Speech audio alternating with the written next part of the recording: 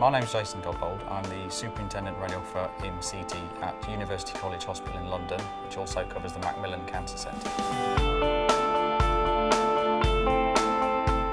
CT, known as a computerised tomography scan, which many people know as a CAT scan, is basically a very high resolution X-ray picture of the body and enables a bigger 3D image to be built from them. CT scan is used for many conditions in their diagnosis. Cancer is one of them. It can be used for lots of other different conditions. We use it across the whole hospital.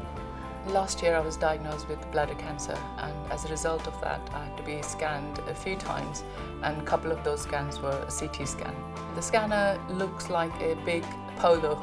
It's a circular machine where you lie on a motorised bed and the operator can move the bed in and out of the scanner itself. Before I had the scan, I was quite apprehensive, especially when I entered the room and saw this huge machine. But after the scan was performed, it was quite straightforward and simple, and there was nothing for me to worry about. Once you've been to see the doctor will request a CT scan for you. That will be sent through to our administration department. They will send you an appointment.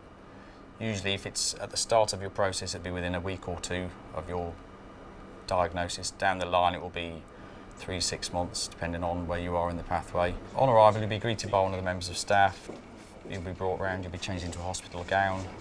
Sometimes before the scans, you're given contrast medium, which is in a liquid form, and it's given intravenously. The whole purpose of that is to show the blood vessels and the organs in the body. It enhances the image and gives the doctors that report them a much better image to look at. The actual dye, when we run it through, it doesn't hurt, but it has a few sensations you can experience. Not everybody experiences them. One, it can make you very warm.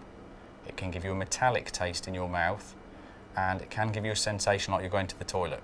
These are all very short lasting, but not everybody experiences them. You can feel slightly nauseous. I did, but it only lasted for a few seconds, and I felt okay after a few minutes once I was dressed, and I was able to go home without any problems. When we bring you into the room, we'll have got you changed into the hospital gown. You'll keep your shoes and socks on if you're wearing them.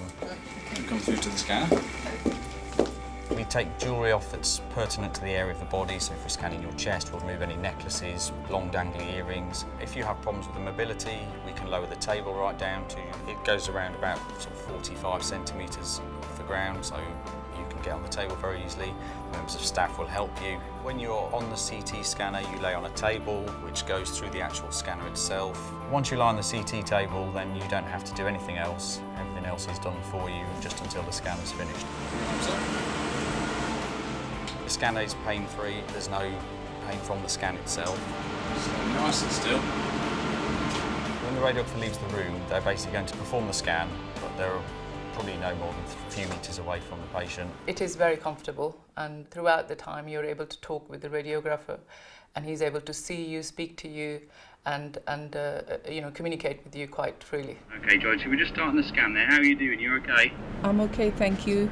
We can constantly reassure them. We're always in visual eye line with them. As an intercom between us and the patient, we can constantly talk to them. If need be, we can stop the scan, come and talk to the patient, and then restart if we need to. The whole process takes on average between 10 and 30 minutes. Once the scan is completed, you can get dressed and go. There's no lasting effects from the X-ray dye, and you're free to carry on your normal day.